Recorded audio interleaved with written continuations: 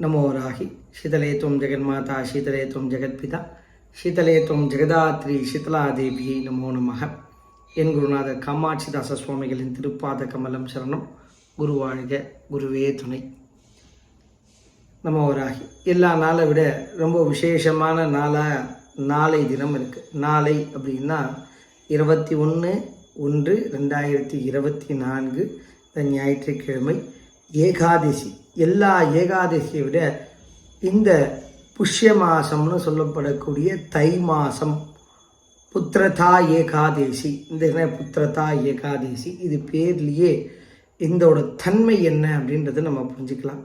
புத்திரதா, புத்திர பாக்கியம் அருளக்கூடிய, குழந்தை வரம் அருளக்கூடிய, குழந்தை செல்வம் அருளக்கூடிய ஏகாதசி விரதம்.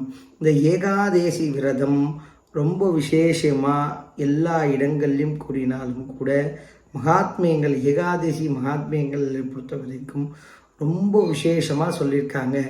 இதில் என்ன சிறப்பு அப்படின்னா, எல்லா மாதத்தோட இந்த தை மாதத்தில் வரக்கூடிய புத்திரதா ஏகாதசி விரதம் யாரெல்லாம் இருக்கிறாங்களோ அவங்க எல்லாருக்கும் எம்பெருமான் விஷ்ணுவின் அருளால் ரொம்ப சீக்கிரமாக இந்த சந்தான பிராப்தம் சொல்லப்படக்கூடிய இந்த புண்ணியமான ஒரு குழந்தை செல்வம் நிச்சயமாக அருளும்.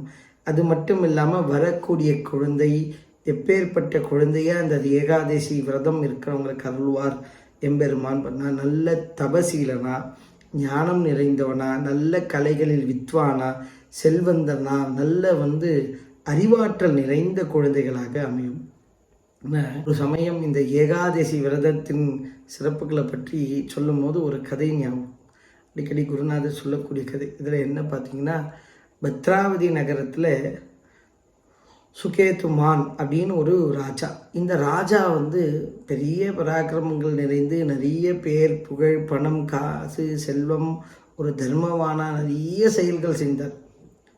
ஆனால் அவருக்கும் அவர் மனைவிக்கும் தீராத சோகம். அது என்ன, எதனால் அப்படின்னு பார்த்தீங்கன்னா, தனக்கப்புறம் அந்த ராஜ்யத்தை ஆள்றதுக்கு ஒரு சிறந்த அல்லது அவங்க வாரிசுன்னு சொல்லக்கூடிய அளவில் யாரும் இல்லாத ஒரே காரணம்தான். இந்த ராஜாவுக்கு ரொம்ப நாளாக அந்த குழந்தை பாக்கியம் இல்லைன்றது ஒரு பெரிய கவலை. ஆனால் அவரும் இந்த கவலையை பெருசாக எடுத்துக்காமல் நிறைய தர்ம சிந்தனை, நிறைய சூழ்நிலைகளும் இருந்தாலும் கூட தனக்கு ஒரு வாரிசு இல்லையே, தனக்கு பின்னாடி தன்னோட கடைசி காரியங்களை செய்யக்கூடிய அளவுக்கு கூட நமக்கு ஒரு பாக்கியம் இல்லையே அப்படின்றது ஒன்றும் இல்லை. பிண்டம் கொடுக்க கூட நமக்கு யாரும் ஆள் இல்லையேன்ற கவலை நாட்கள் போக போக போக ரொம்ப அதிகமாகிடுச்சு. ஆனாலும் கூட தன்னை எத்தனையோ மனசுகளை மாற்றணும்னு முயற்சி பண்ணுறாரு. நான் எல்லாம் ஒரு க்ஷணம் வரைக்கும் தான் அந்த எண்ணத்தை மாற்ற, திருப்பி அது எங்கே இருக்குதுன்னா தனக்கு குழந்தை இல்லை, புத்திரம் பாக்கியம் இல்லை அப்படின்ற ஒரே விஷயத்தை திருப்பி திருப்பி திருப்பி ஞாபகப்படுத்து. எங்கே ஒரு குழந்தையை பார்த்தாலும் தனக்கு இந்த மாதிரி ஒரு குழந்தை இல்லையேன்ற, நம்ம வீட்டில் ஒரு குழந்தை இந்த மாதிரி இல்லையேன்னு சொல்லிட்டு ரொம்ப சிரமப்பட்டார்.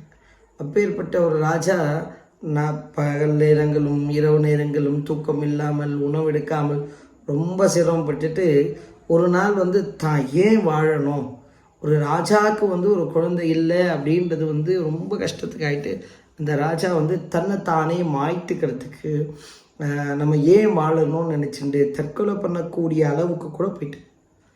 ஆனால் ஒரு ராஜாவாக ஒரு சத்திரியனாக இருந்து நீங்கள் இந்த மாதிரி பண்ணக்கூடாதுன்ற விஷயங்களுக்கு போதனைகள் ஆகியிருக்கிறது. அதே மாதிரி இது ஒரு கோழைத்தனம் அப்படின்றத நினச்சிட்டு சரி தன்னோட மனசை மாற்றிக்கணும் அப்படின்றதுக்காக குதிரையை எடுத்துகிட்டு காட்டுக்கு போகிறேன். இந்த காட்டுக்குள்ளே கொஞ்சம் தூரம் போனவனே நிறைய மிருகங்கள், பாம்புகள், பறவைகள், பட்சிகள், விருட்சங்கள் நிறைய பார்க்குறேன். எல்லாமே குடும்பமாக சங்கீதமாக இருக்குது. சாதாரண ஒரு குரங்கில் ஆரம்பித்து சிங்கம், புலி, சர்ப்பம், கரடி எல்லாமே அப்படியே குழுவாக இருக்குது. அதை பார்த்தோன்னே என்னடா ஒரு விலங்குகளுக்கு கூட குடும்பமாக இவ்வளோ இருக்கே, நம்ம இவ்வளோ இருந்து கூட நம்மளால் எதுவுமே பண்ண முடியலையே, நமக்கு ஒரு வாரிசு இல்லையேன்ற கவலை இன்னும் மேல் அதிகமாகும். அவனுக்கு பார்த்துருந்த எந்த ஒரு சந்தோஷமான விஷயங்களை கூட மனசில் எடுத்துக்காம அதையும் தாண்டி வருத்தம் அதிகமாகுது. அப்படி இருக்கும்போது ரொம்ப பயண கலப்பின் காரணமாக தாகமும் எடுக்க ஆரம்பிச்சிச்சு. அங்கே சுற்றுப்பட்டில் பார்த்தீங்கன்னா அன்று காலையில் எந்த விதமான தண்ணீர் வசதிகளும் இல்லை.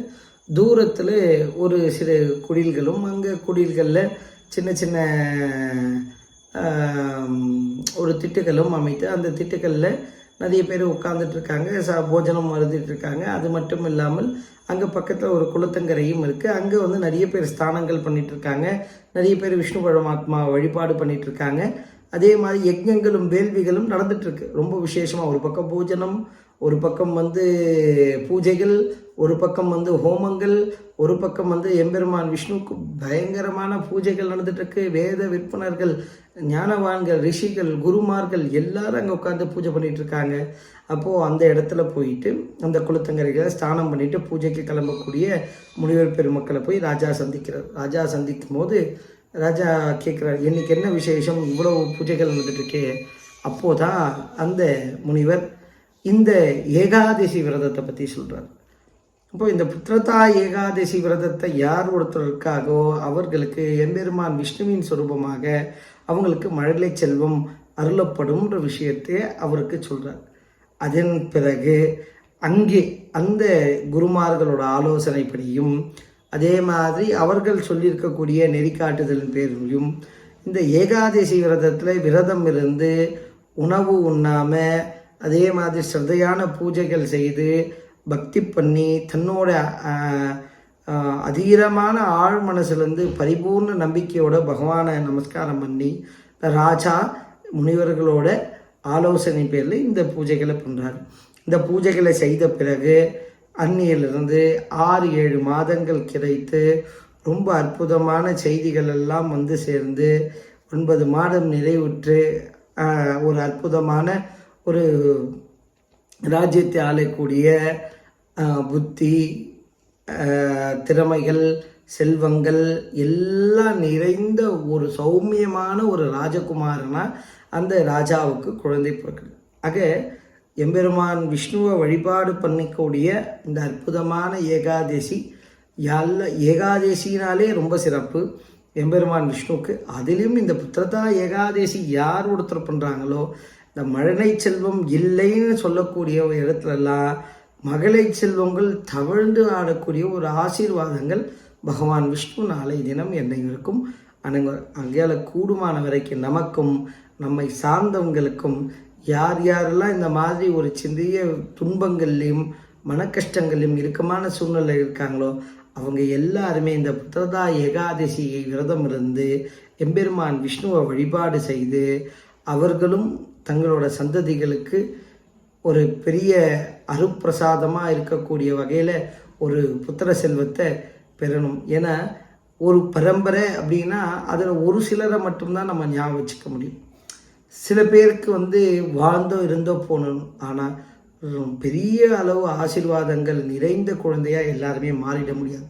அப்பேற்பட்ட குழந்தைகள் ஜனிக்கிறதுக்கான காலம் இந்த புத்திரதா ஏகாதசி விரதம் யார் இருக்கிறாங்களோ அவங்க எல்லாருக்கும் விஷ்ணு பரமாத்மா தன் சொரூபத்திலேயே தன்னோட ஆசீர்வாதங்கள் நிறைந்த குழந்தையா அந்த வீட்டிலையும் அந்த சூழ்நிலையிலையும் அந்த தாய்களுக்கும் ஆசீர்வாதம் பண்ணுவார். நிச்சயமாக யாரெல்லாம் இந்த மாதிரி சிரமங்கள் இருக்கீங்களோ நீங்கள் நிச்சயமாக இந்த புத்திரதா ஏகாதசி விரதம் இருந்து அதன் பலனாக நிச்சயமாக புத்திரபாக்கியம் அடையணும். நானும் உங்கள் எல்லாருக்காகவும் என் அன்னை வாராகியும் குருநாதரையும் எல்லாம் வல்ல விஷ்ணு பரமாத்மா ஜெகஜனனி பராசக்தி அவர்களையும் நிச்சயமாக பிரார்த்தனை பண்ணிக்கிறேன்.